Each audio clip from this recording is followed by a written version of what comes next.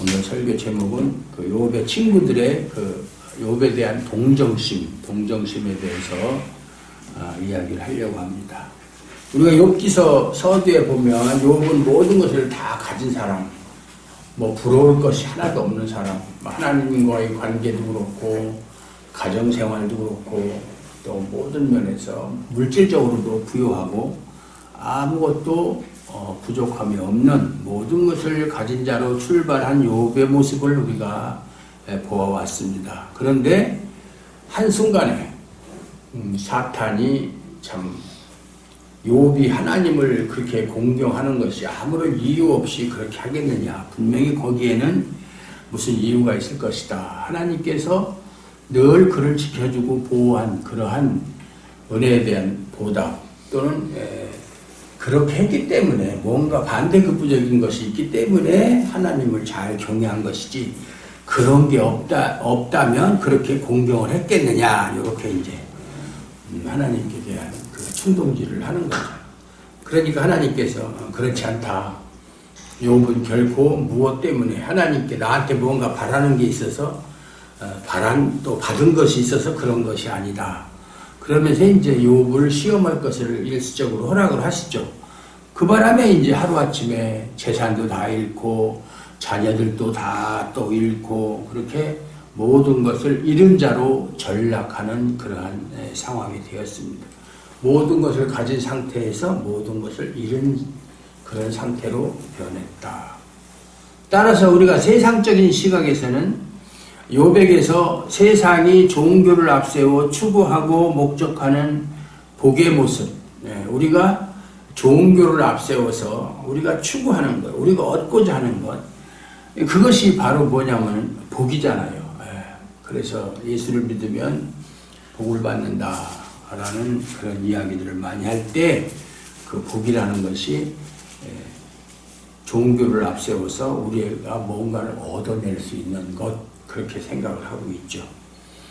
그리고 당연히 반대로는 복은 받고 싶고 또 우리에게 닥치는 모든 그 저주, 재난, 불행 뭐 이런 것은 다 물리치기를 바라는, 그것이 일반적인 사람들의 생각이죠.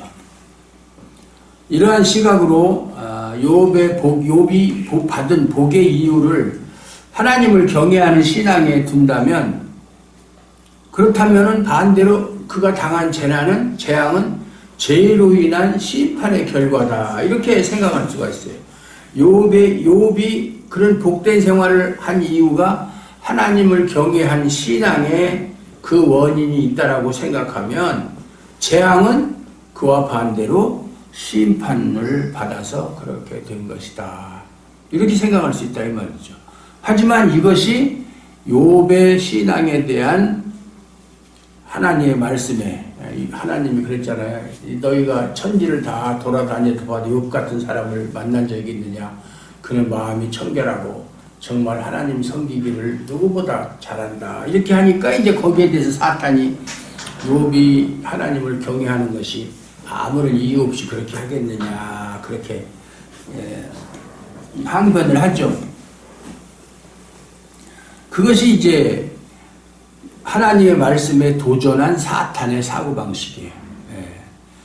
이것이 현대 기독교 신앙의 옳고 그름을 분별할 수 있는 기준이 되기도 한다. 하나님을 잘 섬기면 거기에 따라서 복을 받고, 또 내가 어떤 어려움을 당하는 것은 내가 하나님을 섬기는 것이 좀 부족했기 때문에 그거에 대한 결과로 이렇게 실패도 하고 좌절을 맛보기도 하고 또 내가 원하는 대로 되지 않는다.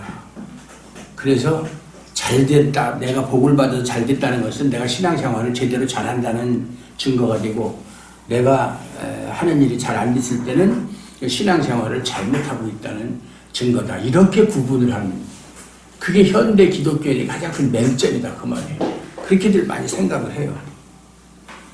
욥이 많은 것을 소유하고 살다가 순식간에 그 모두를 잃어버리는 일들은 사실은 하나님을 경외하는 신앙과는 전혀 상관이 없는 일이에요. 내가 많은 것을 소유했다? 아니면 그걸 또 잃었다? 그것하고 신앙하고는 아무런 연관성이 없어요. 근데 사람들은 그렇게 아까 말한 것처럼 그렇게 생각 안 하거든요. 내가 모든 것을 소유하고 하는 일이 잘 될 때는 하나님이 나를 사랑하시고 나에게 은혜를 주셔서 내가 이렇게 되는구나. 내가 신앙생활을 잘한 결과다. 거기에 대한 하나의 보상이다. 이렇게 생각하고 뭐 잘 안 되면 내가 하나님께 소홀하게 한 것이 있나? 내가 뭔가 기도가 부족했나? 선행이 부족했나? 열심히 부족했나? 이렇게 자꾸 그 원인을 자기와 하나님과의 관계에서 자꾸 찾으려고 한다. 그것이 사실은 사탄의 사고방식이다. 지난 시간에도 지지난 시간에도 말씀드린 것처럼 그렇다고 해서 아무 의미 없이 아무런 목적 없이 벌어지는 일은 없어요. 적어도 말씀드린 것처럼 성공과 실패, 부요와 가난 등이 신앙의 여부에 의한 결과가 아님을 생각할 기회는 되기 때문이다. 그것하고는 상관이 없지만 그걸 보고 어떤 우리 성도 중에 한 사람이 뭐 잘못됐다. 건강도 망치고 막 이제 너무 힘들어한다. 사업도 잘 안 된다. 막 그러면 신앙생활 평소에 열심히 안 해서 저렇다. 이렇게 생각을 하거나 뭔가 잘 나갈 때는 신앙생활 열심히 해서 하나님께 인정을 받고 그래서 잘 된다. 이런 생각은 진짜 유치한 생각이다. 그 말이에요. 그 신앙하고는 전혀 상관이 없다. 그렇다고 해서 우리에게 닥치는 일들이 아무런 목적 없이 의미 없이 닥치는 일은 또 없다. 그 말이에요. 조금 어려운 얘기가 될 수도 있어요. 다만 그걸 통해서 성공과 실패라든가 부요와 가난 등이 신앙의 여부에 의한 결과가 아니라고 하는 것을 생각할 수 있는 기회는 된다. 그런 유익은 있다. 그 말이에요. 물론 욥은 그것과는 차원이 다른 내용이 담겨 있어요. 욥이 하루아침에 재산을 잃고 자녀를 잃고 건강을 잃고 이런 것은 지금 제가 일반적으로 말하는 그런 것과는 차원이 다른 내용이 있어요. 하나님이 욥에게 특별히 어떤 일을 계획하신 것이 있기 때문에 욥이 그런 일을 당한 거예요. 그것은 사람들이 늘 민감하게 생각하는 소유가 많아지고 또는 소유가 없어지는 것과는 차원이 다른 하나님과의 관계, 욥과 하나님과의 관계 문제, 그것을 다시 한번 욥에게 확실하게 각인시키기 위한 계획으로 욥에게 이런 일을 허용하셨다. 그 말이에요. 욥으로 하여금 하나님을 알게 하고, 지금까지 욥은 하나님에 대해서 나름대로 열심히 참 섬겼고 하나님에 대해서 누구보다 잘 안다고 생각했을 거예요. 그러나 하나님의 생각은 그것 가지고는 좀 부족하다. 좀 더 하나님에 대해서 확실히 알고 또 자신도 알게 함으로써 인생에 대한 새로운 시각을 갖게 하는, 그것이 하나님의 욥에 대해서 가지고 계신 계획이고 그 계획을 이루기 위해서 사탄에게 그러한 것을 허용한 것이다. 그 말이에요. 칼빈이 말했듯이 하나님을 모르는 사람은 자신을 알지 못하고 자신이 어떤 사람인지 알지 못하면 하나님에 대해서 알 수 없다. 그러니까 하나님을 안다는 것은 나를 안다는 거예요. 나를 안다는 것은 하나님을 안다는 거예요. 그런데 사람들은 하나님도 모르고 나 자신도 모르고 이거 아무것도 안 되는 거죠. 그래서 우리는 욥을 통해서, 욥기를 통해서 우리 인생에 대해서 새로운 시각, 내가 지금까지 살아왔고 앞으로 지금 현재 살고 있고 살아가는 그것이 과연 하나님과의 관계에 있어서 정말 이게 제대로 된 것인가 라고 하는 새로운 시각을 가지는 기회가 되는 것이 우리가 욥기를 공부하는 이유예요. 욥기는 늙어서 나이가 차서 죽었더라 이 말로 끝나거든요. 욥기 마지막 절이 나오는 말씀이 욥기는 늙어서 나이가 차서 죽었다. 이것이 욥기의 결론이에요.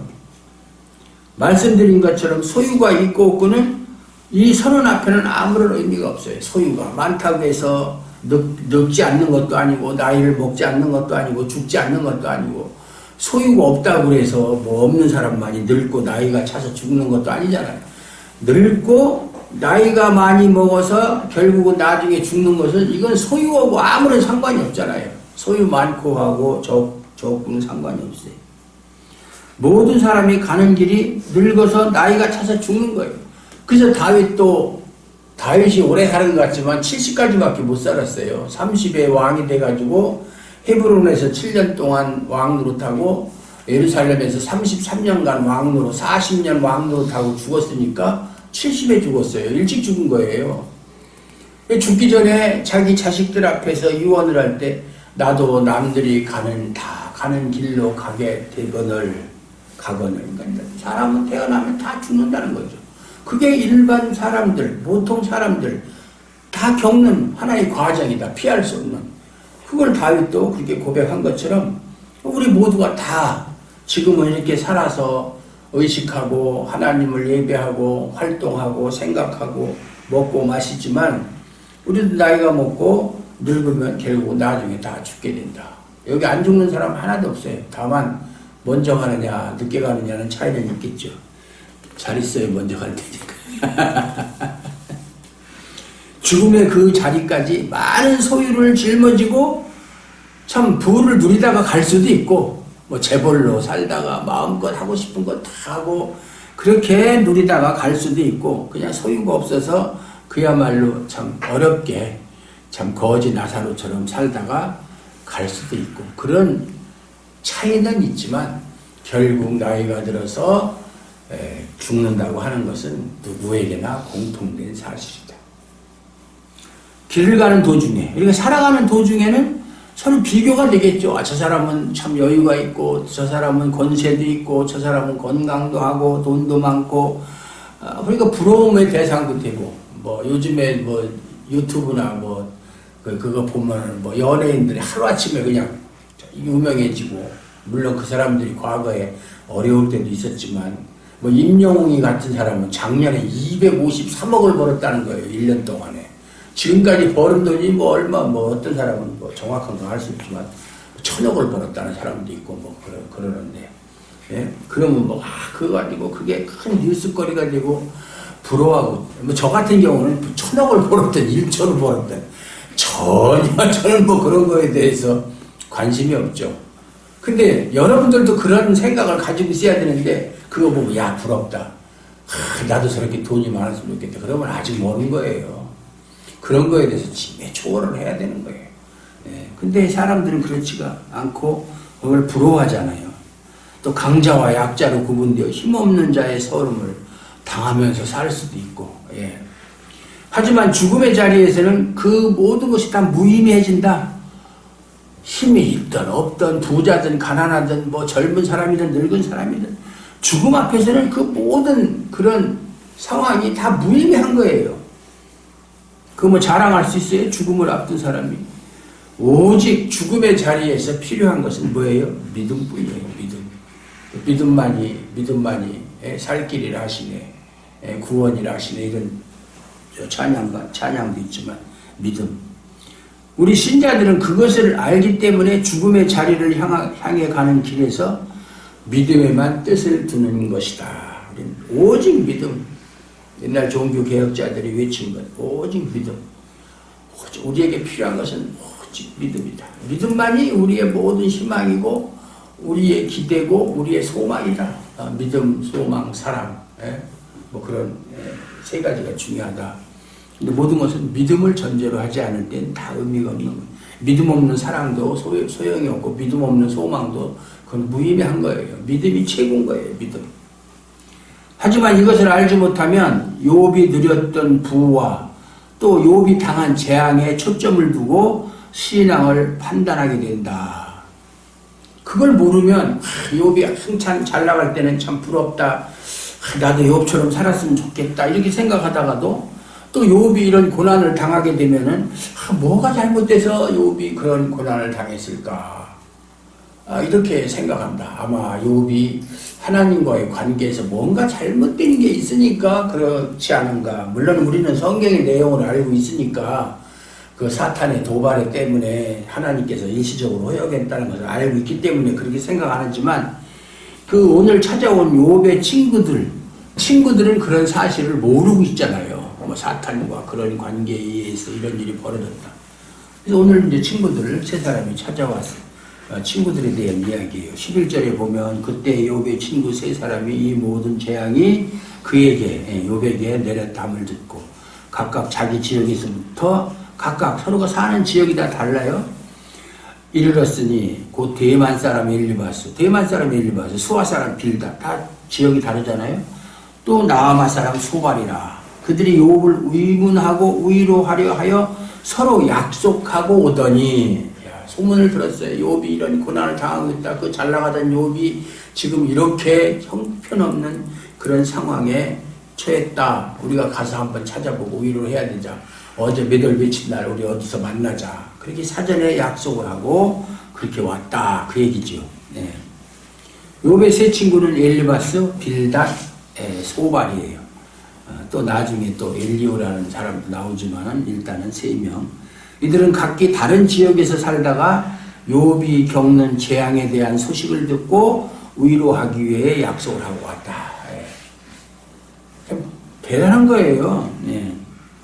그런데 대다수 기독교인들이 욥의 친구들에 대해서는 좋지 않은 선입견을 가지고 있어요. 나중에 쭉 얘기 나오는 거 보면 욥을 위로하러 왔으면 위로를 해야 되는데 네가 이런 고난을 당하고 이런 모양이 된 것이 네가 잘못한 것이 있으니까 그런 것이지 잘못한 것이 없는데 왜 이런 재앙이 너에게 미쳤겠느냐. 불난 집에 붙여지라는 것도 아니고 참 옛날 말에 동냥은 못해주면 쪽박은 깨지 말라고 하는 그런 말도 있듯이 위로하러 와가지고 사람 염장이나 지르고 있는 그런 것을, 그런 내용들을 언뜻 우리가 보면서 이 친구들에 대한 선입견이 별로 좋지는 않다. 여러분도 아마 욥 기사를 읽으면서 그런 걸 느끼셨을 거예요. 욥의 세 친구가 욥이 죄를 범했기 때문에 받는 재앙으로 몰아가는 거예요. 그러니까 너 회개하라. 회개하라는 말로 욥을 공감했잖아요. 네가 이렇게 된 건 네가 신앙생활 제대로 못해서 그런 거야. 요즘 말로 말하면 집사님이 이렇게 어려운 거 당한 거 집사님 새벽 기도도 안 하잖아요.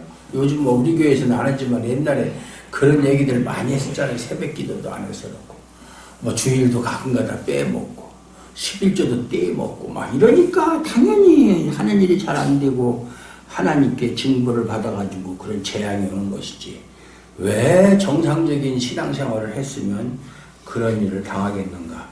그걸 본인한테 직접적으로 말은 안 해도 다른 사람한테 얘기 아무리 집사에서 어렵대. 내가 그럴 줄 알았어. 그 사람 하는 거 보니까 내가 꼭 그렇게 될 줄 알아. 이런 식으로 이야기하는 일들이 상당히 많다. 여러분도 그런 이야기를 했거나 들었거나 아마 그런 경험이 있을 거예요. 그러니까 회개해야 돼.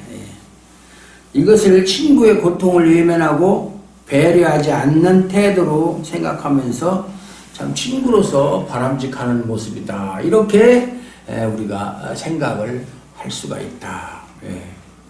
하지만 욥의 친구들은 욥이 겪는 고통에 대해 동정심을 품고 있었다. 동정심을 가지고 있었어요.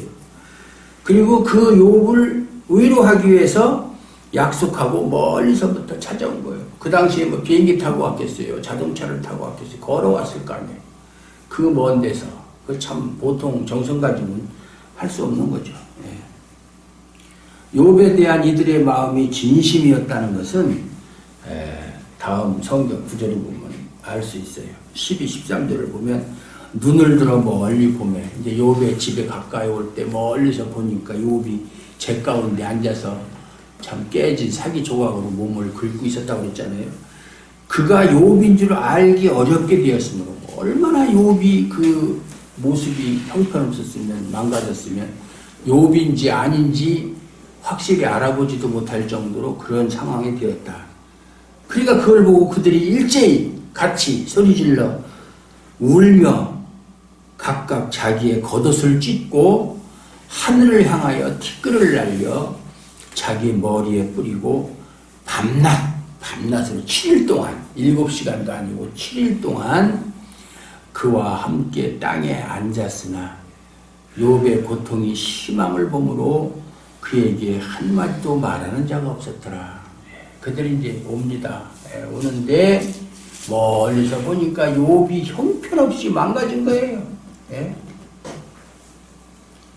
그러니까는 그걸 보고서 그냥 어떻게 했어요? 그 사람들이 울면서 그냥 소리질러 욥아 네가 이게 어떻게 이런 일이 너한테 일어난 거야. 그러면서 그냥 소리를 지르고 울면서 자기의 겉옷을 찢고 하늘을 향하여 티끌을 날려 자기 머리에 뿌리고 밤낮 그때부터 그 순간부터 7일 동안 그와 함께 욥 옆에 앉아 있었는데 욥의 처지가 너무나 기대 이상, 상상 이상이고 너무나 그냥 참 뭐라고 표현할 수 없을 정도로 망가졌으니까 그에게 뭐라고 한마디 말도 할 수 없을 지경이 되었다. 그 말이죠. 예.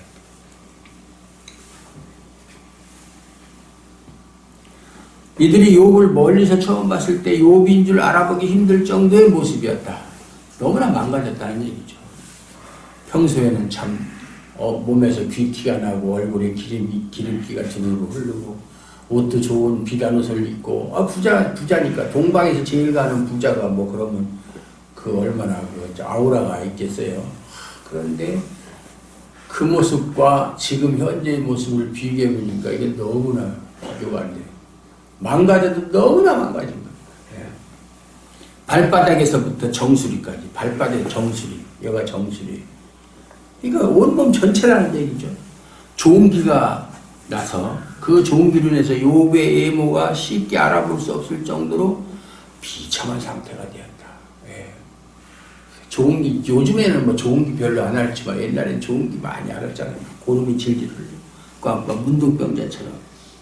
욥의 비참한 모습을 본 친구들은 누가 먼저라고 할 것 없이 일제히 소리 질러서 울면서 자기의 겉옷을 찢고 하늘을 향해 티끌을 날려 자기 머리에 뿌린다.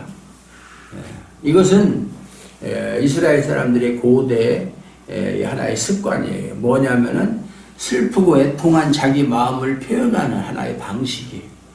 이스라엘 고대사의 하나의 의식이에요. 그래서 아주 충격적인 일을 당하거나 슬픈 일을 당하면 겉옷을 찢고 죄를 날려서 자기 머리다 뒤집어 쓰고 울고 그러는 그것이 하나의 그 의식이에요. 그런데 이들은 밤낮 7일 동안 욥과 함께 땅에 앉아 있으면서 욥 옆에 앉아 있는 거예요. 욥에게 한마디도 말 한마디 하지 않은 거예요. 왜냐하면 욥의 고통이 심한 것을 보고 어떤 말로도 위로가 되지 않았음을 알았기 때문에. 무슨 그런 상황에서 무슨 말로 위로를 하겠어요? 야, 얼마나 아프냐? 뭐 병원을 가봤느냐? 뭐 약은 썼느냐? 뭐 그런 말이 하나도 위로가 되질 않잖아요. 지금 말이 그렇지. 지금 뭐 죽기 일보 직전까지 왔는데 한계 상황에 도달했는데 할 말을 잃어버린 거죠. 할 말. 유구무원이다. 예, 할 말이 없는 거예요. 사람이 정말로 그런 너무나 충격적인 사실 앞에 직면하게 되면 말을 못해요. 예, 말을 못하는 거예요. 이것을 보면 욥의 친구들은 하나님을 믿는 경건한 사람들이고 욥에 대한 우정도 깊었다라고 짐작할 수가 있어요. 그러니까 그 멀리서부터 찾아왔죠. 찾아오고 욥의 모습을 보고 울면서 밤낮으로 7일 동안 옆에 욥과 함께 앉아 있었다라고 하는 것은 그 보통 사이는 그렇게 할 수가 없잖아요. 그렇다면 욥에 대한 공박도 욥을 힘들게 하고자 하는 것보다는 친구의 고통을 해결하는 길을 알려주기 위한 진실 어린 마음으로 우리가 이해를 해야 된다. 야, 네가 이렇게 된 것은 다 이유가 있는 거야. 네가 하나님께 뭔가 소홀한 게 있었어. 그러니까 뭐냐면 이런 고통에서 벗어나려면 그것을 회개하고 하나님께 은혜를 구하면 고통에서 벗어날 수 있다. 이런 생각을 가지고 있으니까 지금 욥에게 네가 고통에서 벗어날 수 있는 길은 그것밖에 없다라고 진심으로 지금 얘기해 주는 것이지 욥을 갖다 약 올리거나 욥에 대해서 빈정거리거나 그런 뜻으로 한 게 아니다 이 말이에요.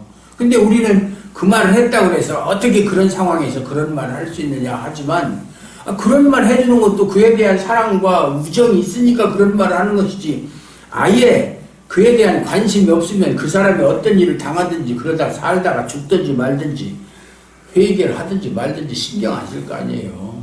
그러니까 우리는 너무 단편적으로 그렇게 생각하면 안 된다. 욥과 친구들의 그 만남에서 우리가 생각해 보고자 하는 것은 욥을 만난 친구들의 반응. 욥의 그러한 모습을 본 친구들의 반응, 그것을 한번 좀 생각해 봐야 되겠다. 소리 질러 욥을 보고 소리 질러 울고 옷을 찢고 티끌을 머리에 뿌리는 것은 욥의 처지가 너무나 상상 밖으로 비참하게 되었기 때문이고, 그 모습을 보면서 너무나 불쌍하다는 생각이 들었을 것이다. 이것이 바로 동정심이잖아요. 어떻게 욥이 하루아침에 저렇게 될 수가 있는가? 욥이 어떤 사람인가? 동방에서 남들이 다 부자요, 자식들을 다 효도하고 효자고 참 어디 하나 내놔도 티끌 하나 흠 잡을 데가 없는 완전 무결한 사람인데, 저런 사람이 어떻게 이렇게 됐는가? 너무나 불쌍하다. 그렇게 동정심을 가지게 되었다. 동정심. 그렇게 생각한다면 하나님은 동정심조차 없는 분처럼 생각하기 쉽다. 하나님은 동정심도 없다. 하나님을 경외해왔던 욥을 사탄이 도발한다고 해서, 사탄이 욥이 뭐 괜히 하나님을 이렇게 잘 섬기겠습니까? 욥을 평소에 잘 지켜주고 그가 부자로 살 수 있도록 하나님께서 다 지켜주고 보호해주니까 그렇지. 그런 사탄의 도발 때문에 그렇다고 해서 욥을 그렇게 견디기 힘든 비참한 상황으로 밀어넣을 수가 있느냐. 정말 하나님은 동정심도 없다. 이런 생각 들잖아요. 그게 욥하고 무슨 상관이 있다고. 하나님이, 사탄이 아무리 그러더라도 야 그렇지 않아. 그건 네가 잘못 알고 있는 거야. 욥은 신실한 나의 종이고 정말 나를 사심 없이 어떤 목적을 위해서 섬기는 게 아니라 진심 어린 마음으로 나를 섬기는 사람이야. 그렇게 딱 잘라버렸으면 그만이지. 그렇다고 해서 야 네가 한번 그걸 시험해봐라. 이렇게 해서 욥을 그렇게 비참한 상황으로 만들어야 되겠느냐고요. 참 잔인하다는 생각이 들잖아요. 사실 동정심이라는 인간의 감정으로 성경을 보면 이해하기 어려운 부분들이 많아요. 우리가 사람들은 다 동정심을 가지고 있잖아요. 동정심. 측은지심이라고 그러죠. 측은지심. 사람이 아주 어려운 환경에 처했거나 그런 비참한 모습을 보면 측은하게 여기는 마음을 갖고, 이건 사람들이라면, 보통 사람들은 누구나 다 가질 수 있는 감정이에요. 측은지심. 동물들에게는 그게 없지만 다른 짐승들에게, 사람에게만 있는 측은지심. 우리가 성경을 보면, 특히 구약 성경을 보면 이스라엘이나 이방 민족에 대한 그 심판에 대한 이야기가 많이 나오잖아요. 거기에 보면 일말의 동정심도 없다고 하는 것을 우리가 알 수 있어요. 사울 왕을 통해서 블레셋을 공격할 때, 어떻게 아말렉을 공격할 때 사람은 말할 것도 없고 그 성내에 있는 남자, 심지어 여자, 어린아이까지, 아니 짐승까지 다 돌이켜라고 그랬잖아요. 얼마나 잔인합니까? 그 보통 사람은 짐승이 무슨 죄가 있어? 사람이 키우는 짐승이? 그리고 어린아이가 무슨 죄가 있다고 어린아이까지 다 죽이라고 그러고, 연약한 여자들이 무슨 죄가 있다고 다 죽이라고. 과연 하나님으로서 그렇게 하실 수 있을까라는 생각이 들 정도로 동정심이라고는 찾아볼 수 없는 그런 상황들이 많이 있어요. 진멸하라, 도륙하라, 이런 말이 많이 나오잖아요. 구약 성경에 보면. 그 단적으로 말씀드리면 동정심은 신앙과는 무관한 인간 본성의 감정이다. 우리 하나님이 하시는 일을 인간적인 감정, 인간적인 동정심의 차원에서 판단하면 안 되는 거예요. 동정심이라고 하는 것은 신앙하고는 전혀 상관없는 인간 본성의 감정일 뿐이에요. 그걸 아셔야 돼요. 상대적으로 여유 있는 자기 삶에서, 자기 삶과 비교해서 심한 고통을 겪고 열악한 환경에서 고생하는 자에 대한 감정, 자기보다 형편이 못한 사람, 자기보다 가난한 사람, 자기보다 낮은 위치에 있는 사람, 이런 것에 대한 그런 감정, 그게 동정심이잖아요. 자기보다 모든 것이 잘 나가는 사람한테 동정심을 갖는 경우는 없잖아요. 그 같은 동정심으로 어려움에 있는 사람을 얼마든지 도와줄 수 있어요. 내가 여유가 있으니까. 또 돕기도 하지요. 그것을 신자의 신앙적인 행동이라고 규정하면은 안 된다 그 말이에요. 예. 그것이 신앙적인 행동은 아니다. 동정심으로 도와줄 수도 있고 도와줘야 되지만 그것을 저 사람은 참 믿음이 좋다, 신앙이 좋다라고 그것을 가지고 판단해서는 안 된다 그 말이에요. 아까 얘기했지 동정심이라는 것은 인간 본성의 감정이라고 그랬잖아요. 그거는 신자만 있습니까? 불신자는 동정심 없나요? 사람이라고 다 가지고 있는 게 동정심이에요. 생각해보면 인간의 동정심도 모든 사람에게 똑같이 적용되질 않아요. 그렇잖아요. 여러분이 동정심을 남에게 베풀 때도 모든 사람에게 똑같이 베푸는 게 아니잖아요. 자기하고 친한 사람이 있고 덜 친한 사람이 있고, 예? 또 미워하는 사람도 있을 수 있고, 그 미워하는 사람이 고통을 당하는 걸 보고 동정심을 느낍니까? 고소해야지. 에이 잘됐다. 너 그럴 줄 알았어. 그런 마음이 앞설 수 있잖아요. 결국 우리의 동정심은 모든 사람에게 공평하지 않다. 그러므로 동정심을 배경으로 하는 구제는 세상이 생각하는 구제, 세상 사람들이 하는 구제이지 성경이 증거하는 구제와는 차별적이어야 한다. 그것을 알아야 된다 이 말이에요. 성경에서 말하는 구제, 우리가 디모데전서를 옛날에 공부할 때 교회에서 과부나 고아에게 베푸는 구제, 그것과는 세상 사람들이 동정심으로 하는 구제와는 그 차별된 것이다. 그걸 알아야 되는 거예요. 예. 이런 점에서 지금의 기독교를 보면 동정심에 대한 바른 이해의 부재, 이내 복음의 참된 정신이 훼손되고 있다고 할 수 있다. 예. 그 동정심에서 교회 주변에 소년, 소녀, 가장이라든지 독거노인이라든지 이런 사람들이 불쌍하니까 반찬도 해다주고 또 뭐 생활비도 대주고 쌀도 사다주고 막 이렇게 그것이 마치 복음적인 마치 복음을 전하는 선교라고 생각하는 잘못된 생각이에요. 잘못된 생각. 예. 그래서 연말 되면 어느 큰 교회에서 뭐 어느 지역에 세종에서도 뭐 세종시에다가 쌀을 뭐 100가마를 기증을 했네 뭐 했네. 그 자체가 나쁘다는 거 아니에요. 할 수 있는 여유가 있으면 많이 할수록 좋아요.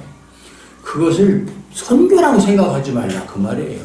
복음적인 선교하고는 전혀 상관없는 거다. 예.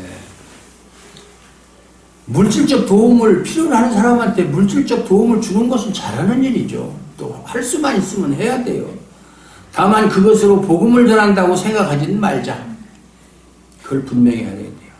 환경이 좋든 나쁘든 죽음으로 가고 있는 모든 자에게 필요한 것은 십자가 복음이지 그런 구제가 아니다 그 말이에요. 제가 이번에 제 아는 수원에 있는 목사님이 베트남 하노이를 갔다 왔다고 그러더라고요. 갔다 왔다고 이제 저를 찾아와서 같이 왜 갔느냐 그러니까 뭐 선교 차원으로 갔다. 그래서 이제 거기에 우리 후배, 우리 총실 후배들이 세계 각국 127개국에 다 퍼져 있으니까 어디 가도 다 있으니까 선교하는데 목사들 넷이서 함께 같이 갔다 왔다. 가서 가면 뭐 하겠어요? 돈도 주고 선교비도 주고 같이 하노이 대학이 이제 국립대학인데 우리나라 이제 서울대 같은 데인데 국립대학인데 그 한국어 학생들을 대상으로 이제 찬양을 그 목사님이 성악을 전공했대요 대학교 때. 그래서 이제 학생들을 대상으로 찬양을 통해서 선교를 한다. 그래서 복음을 전해야지 찬양 통해서 무슨 선교를 하냐고 안 하는 것보다 낫겠지만 그거 하려니까 베트남어를 배워야 되는데 그 너무나 베트남어가 진짜 어렵거든요.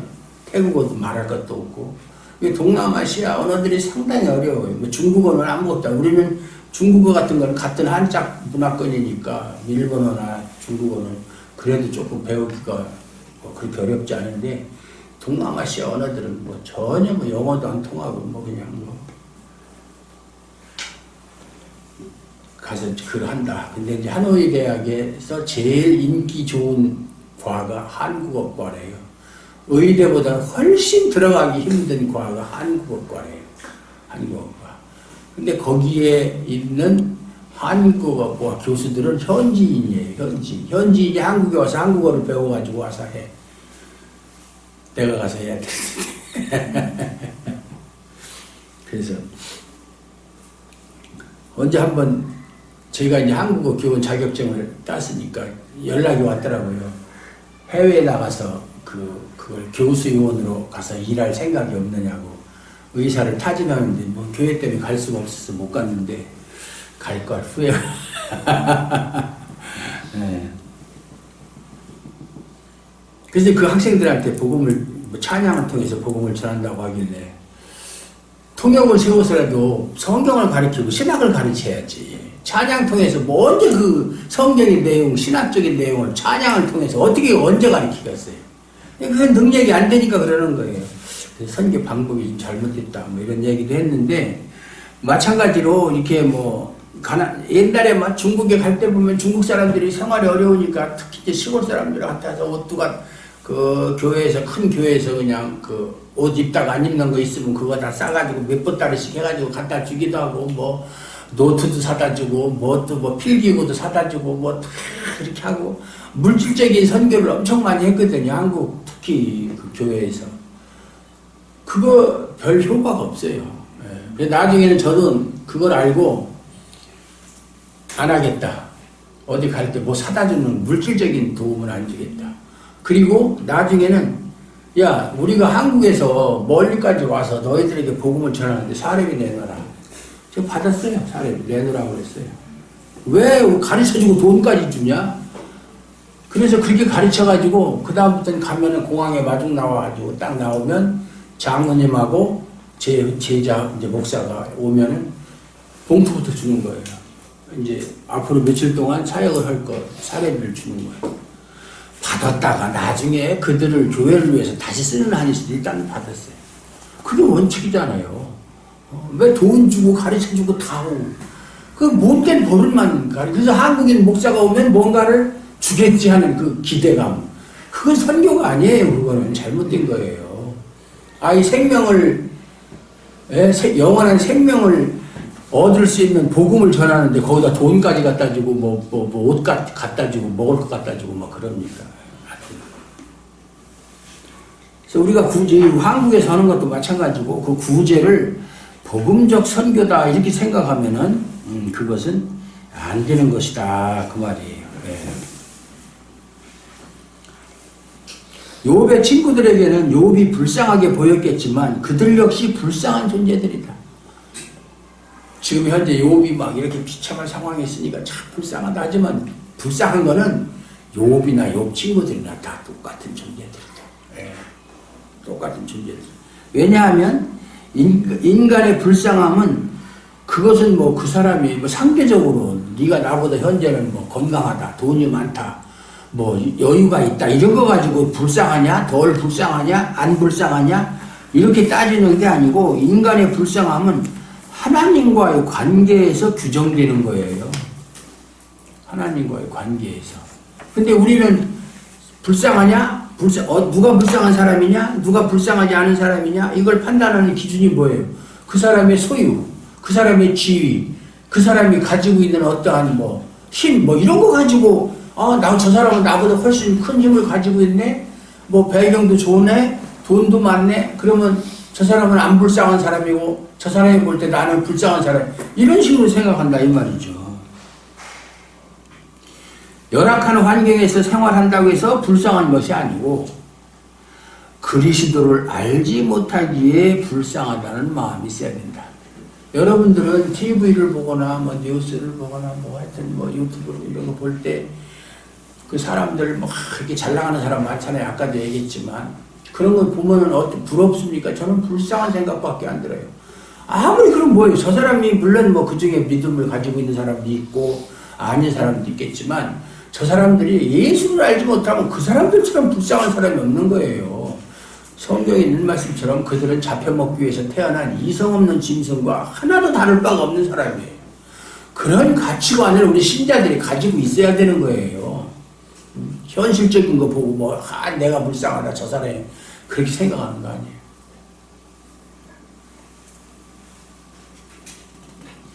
그럴 때 나도 하나님의 은혜가 아니면 불쌍한 존재였을 뿐이다.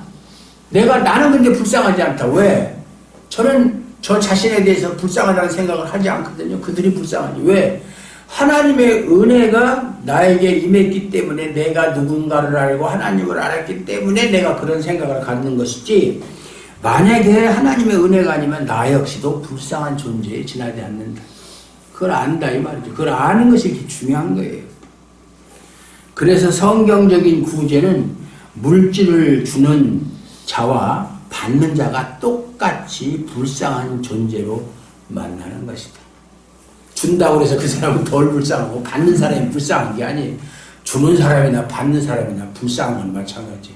다만 누가 하나님을 알고 있느냐 모르느냐 그거 가지고 판단하는 것이지, 주는 사람은 덜 불쌍하고 받는 사람이 불쌍하고 이런 식으로 우리가 구별을 해서는 안 된다 그 말이에요. 만약 고통을 받고 어려움에 있는 자를 단순히 동정심으로만 대한다면 자신이 불쌍한 존재라는 것은 몰라요. 저 사람은 참 나보다 어렵다. 내가 도와주지 않으면 안 되지. 이렇게 해서 도와준다면 자기 자신이 불쌍한 존재라는 건 모르는 거예요. 이것이 스스로 복음의 의미를 훼손하는 것이 된다. 자신이 하나님의 은혜로 존재하는 불쌍한 존재임을 부인하는 것이 되기 때문이다. 자기가 불쌍하지 않은 것이 왜 불쌍하지 않은데, 하나님의 은혜로 내가 정말 하나님의 은혜가 아니면 나도 불쌍한 존재라는 것을 아는 것, 그것 때문에 나가 불쌍한 존재가 아닌 것이지, 그걸 모르면 나 역시도 불쌍한 존재다 그 말이에요. 그러므로 동정심은 악마의 세력에 붙들린 인간의 본성에 불과할 뿐이다. 동정심이라는 것은 아까 인간 본성의 감정이라고 그랬잖아요.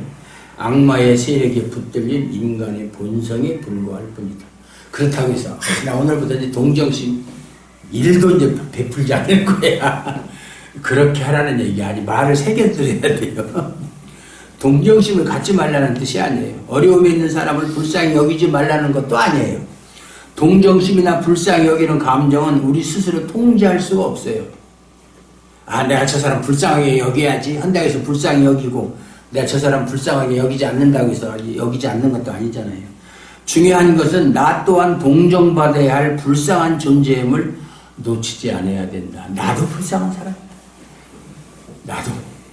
세상 사람들이 나를 볼 때는 나를 보는 사람과 나를 비교해가지고 자기보다 낫다고 생각하면 나를 불쌍하다고 생각하지 않겠죠.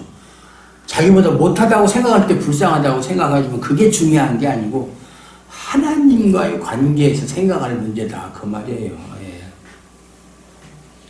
누군가가 고통을 겪으면 자신에게 주어진 편안함이 자격 없는 자에게 주어진 은혜이고, 저 사람은 저렇게 고통을 겪고 있는데 나는 편하게 살고 있다. 그럼 내가 그런 편안한 삶을 살 수 있는 자격이 있어서 그런 게 아니라는 거예요. 무슨 자격이 있는데? 자격 없어요. 하나님의 은혜로 내가 그렇게 살고 있는 것 뿐이에요. 그것을 하나님의 은혜를 받아서 누릴 수 있는 자격을 가진 사람은 이 세상에 단 한 명도 없어요. 그걸 아셔야 돼요. 은혜가 아니면 나도 불쌍한 존재에서 벗어날 수 없다는 그런 고백을 가진 사람들이 함께 모여있는 곳이 바로 교회라는 사실을 잊지 마시기 바랍니다. 왜 대답이 없어요? 잊지 마시기 바랍니다. 기도합니다. 하나님 감사합니다. 오늘도 하나님 말씀을 통해서 우리가 하나님과의 관계에서 우리가 얼마나 참 불쌍한 존재인지를 다시 한번 깨달았습니다. 하나님 은혜가 아니면 우리는 정말로 소망도 아무것도 기대할 수 없는 그러한 절망적인 존재임을 다시 한번 깨닫고, 하나님 은혜가 얼마나 크고 귀한지를 다시 한번 감사하게 됩니다. 우리가 이러한 마음을 항상 갖고 있을 수 있도록 하나님 지켜주시고, 이러한 마음으로 많은 세상 사람들에게 복음을 전할 수 있도록 은혜 허락하여 주시옵소서. 예수님의 이름으로 감사드리고 기도하옵나이다. 아멘.